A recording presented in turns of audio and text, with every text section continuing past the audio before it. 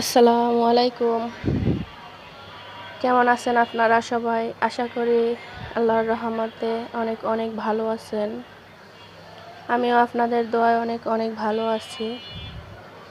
তো আজকে রান্না করব কাতল মাছ দিয়ে মূলার ঝোল। তো এই তো বাজারে গেলাম, বাজারে গিয়ে একটা কাতল মাছ আনলাম। এখন মাছটা আমি কেটে নিচ্ছি। মাছটা আসলে অনেক একটু বড় ছিল, তাই আমার কাটতে ভীষণ কষ্ট হয়েছে। দেখেন মাছটা লেজাটা একবারে ছোট হয়ে গেছে, তারপর আঁকা বাঁকা হয়ে গেছে। অনেক কষ্ট হয়েছে আমার মাছটা কাটতে। আর ছাই ছিল না, বাসায় ছাই ছিল না, এই কারণে আরও বেশি কষ্ট হয়েছে। তো এই তো আমি মাছটা ধুয়ে মাছটা কেটে এখন ভালোভাবে ধুয়ে নিব। মাছটা আমি ভালোভাবে ধরতে পারি না, এই কারণে মাছটা আমি আইসগুলা দা দিয়ে ভালোভাবে উঠাতে পারি না। এখন নখ দিয়ে হাত দিয়ে ভালোভাবে টেনে টেনে আইসগুলারে সরিয়ে দিচ্ছি।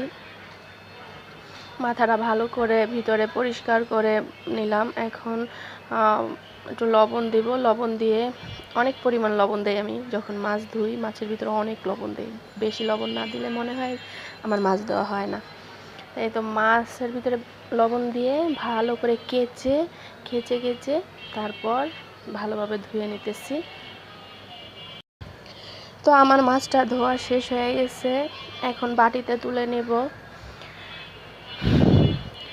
আমার ভিডিওটা যাদের কাছে ভালো লাগবে একটা লাইক দিয়ে দিবেন, আর যদি বেশি ভালো লেগে থাকে তাহলে ভিডিওটা সাবস্ক্রাইব করে দিবেন, পাশে থাকা বেল বাটনটা অন করে দিবেন। এতে করে আমি যত ভিডিও ছাড়ব সবার আগে আপনার কাছে নোটিফিকেশন চলে যাবে। তো এই তো মূলাটাও ধুয়ে নিতেছি। মূলা দিয়ে আর কাতল মাছ দিয়ে রান্না করব। আসলে শীতের সময় সিম, আলু এগুলো দিয়ে তরকারি রান্না করলে খুব ভালো লাগে। তারপর মূলা, আমার কাছে মূলার তরকারিটা খুবই ভালো লাগে। আর রুই মাছ দিয়ে রান্না করছি, ভীষণ ভালো হয়েছে, ভীষণ খেতে খুব ভালো হয়েছে। আপনারা একবার ট্রাই করে দেখতে পারেন। আর আমি তো আমার তরকারির ভিতরে প্রচুর ঝাল দিই, প্রচুর। আর আগের ভিডিও তো আমার তরকারি আপনারা দেখছেন যে আমি কিভাবে তরকারি রান্না করি, অনেক ঝাল খাই। আর সামির, আবির ওরাও খেতে পারে।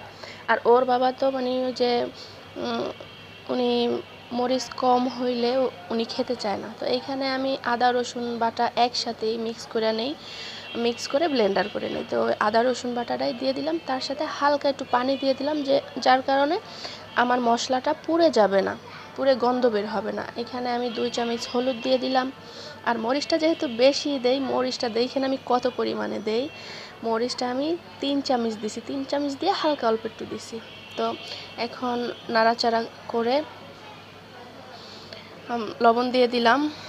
আসলে আমি রান্না করার সময় আমার লবণ দেওয়ার কথা, প্রায় সময় লবণ দেওয়ার কথা মনে থাকে না। তারপর যখন রান্না শেষ হয়ে যায় তারপর দেখি যে লবণ নাই, তারপর লবণ দেই। এই তো হালকা একটু কষিয়ে এখন একটু পানি দিয়ে দিলাম। এই পানিটা দিয়ে মশলাটাকে ভালোভাবে কষিয়ে তারপর আমি মাছটা দিয়ে দিব। এই তো আমার মশলাটা কষানো শেষ, এখন মাছটা দিয়ে দিতেছি। মাছটা ভালো করে নেড়ে চেড়ে, আসলে কাতল মাছের মাথা তো একটু হালকা বড়, আর মাছ তো কাতল মাছ ছোট হইলেও কাতল মাছের মাথা বড় হয়। তো মাছটা অত বেশি বড়ও না আর বেশি ছোটও না, আছে মোটামুটি। তো এই তো মাছটা একটু নাড়াচাড়া দিয়ে একটু পানি দিয়ে দিলাম। এই পানিটা দিয়েই আমি মাছটাকে ভালোভাবে কষিয়ে নিব। ভালোভাবে কষিয়ে তারপর আমি মূলার তরকারিটা দিয়ে দিব। এখন ঢাকনা দিয়ে কিছুক্ষণের জন্য ঢেকে রাখবো। এইদিকে আমি চালটাকে ধুয়ে নিতেছি, ভাতটা বসিয়ে দিব। চালটা ভালোভাবে ধুয়ে তারপর বসিয়ে দিব। চাল, ভাত আর তরকারি হতে থাকবে। আমি আবার অফ ক্যামেরায় আমার কাজগুলো সেরে নেব। এই তো আমি বাসার কিছু কিছু কাজ সেরে এসে দেখি আমার মাছটা কী অবস্থা। তো এসে দেখি যে অনেকটাই হয়ে গেছে। তো আমি আরেকটু নাড়া দিয়ে আবার ঢেকে দিলাম, আর একটু কষুক। মাছ যত বেশি কষাবেন দেখবেন মাছের স্বাদ তত বেশি বাড়বে।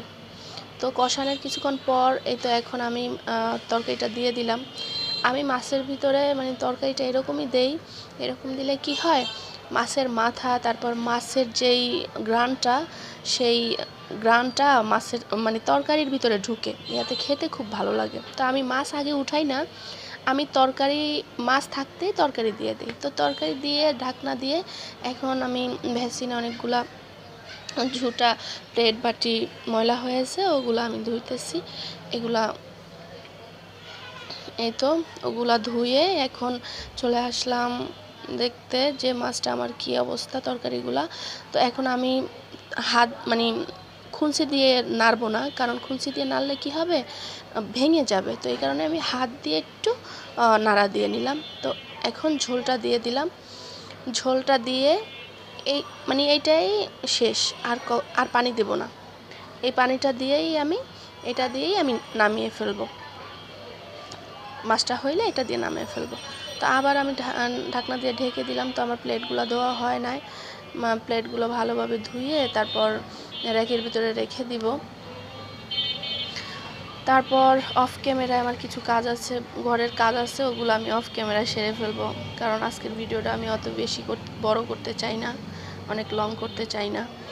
এই তো প্লেটগুলো ধুয়ে আমি র্যাকের ভিতরে গুছিয়ে রেখে দিলাম।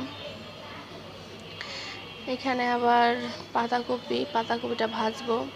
আসলে পাতাকপি না আমার কাছে অত বেশি ভালো লাগে না, আমি অত পছন্দ করি না, তাই অর্ধেক পাতাকপি নিছি আর অর্ধেক রেখে দিছি। এই তো আমার মাছটা হয়ে গেছে। এখন ধনেপাতা দিয়ে তারপর আমি চুলাটা বন্ধ করে দেব। দেখেন আমার তরকারিটা কত পরিমাণে লাল, তাহলে বোঝেন কতটা ঝাল খাই আমি। তো আজকের তরকারিটা অত বেশিও লাল না, এর চেয়ে বেশিও লাল থাকে, কারণ আমি প্রচুর ঝাল খাই। তাই তো চুলাটা বন্ধ করে দিলাম। আমার তরকারিটা আসলে খেতে খুবই ভালো লাগবে। তো রেসিপিটা কেমন হয়েছে এটা আমাকে কমেন্টে জানাবেন, আর একবার হলো টেস্ট করে খাবেন, দেখবেন ভালো লাগবে। একটু ঝাল ঝাল করে খাবেন। আসলে আপনাদের সাথে বলতেছি আমারই এখন খিদা লেগে গেছে, ঝাল ঝাল করে। ঝালটা খুব পছন্দ করি, খুব ভালো লাগে, আর মানে মুখে তো খুব টেস্ট লাগে। ঝাল তরকারির ভিতরে না দিলে কি তরকারি ভালো লাগে বলেন? এই তো এখানে আমি পাতাকপিটা ভাজি করব, এই কারণে পেঁয়াজটা আগে ভেজে তারপর আমি পাতাকপিটা দিয়ে দিছি। এখন চলে আসলাম কালকে ওয়াশিং মেশিনে টেনে কাপড় বের করে ওগুলা বারান্দায় দিছি, ওগুলো শুকিয়ে গেছে। এখন ওগুলো আবার আজকে এনে ভালোভাবে। তো আমার ব্লগ ভিডিওটা যদি আপনাদের কাছে ভালো লাগে থাকে, আমার ভিডিওটা লাইক সাবস্ক্রাইব করে দিবেন। সবাই ভালো থাকবেন, সুস্থ থাকবেন, আমার জন্য দোয়া করবেন। আল্লাহ হাফেজ, আসসালামু আলাইকুম।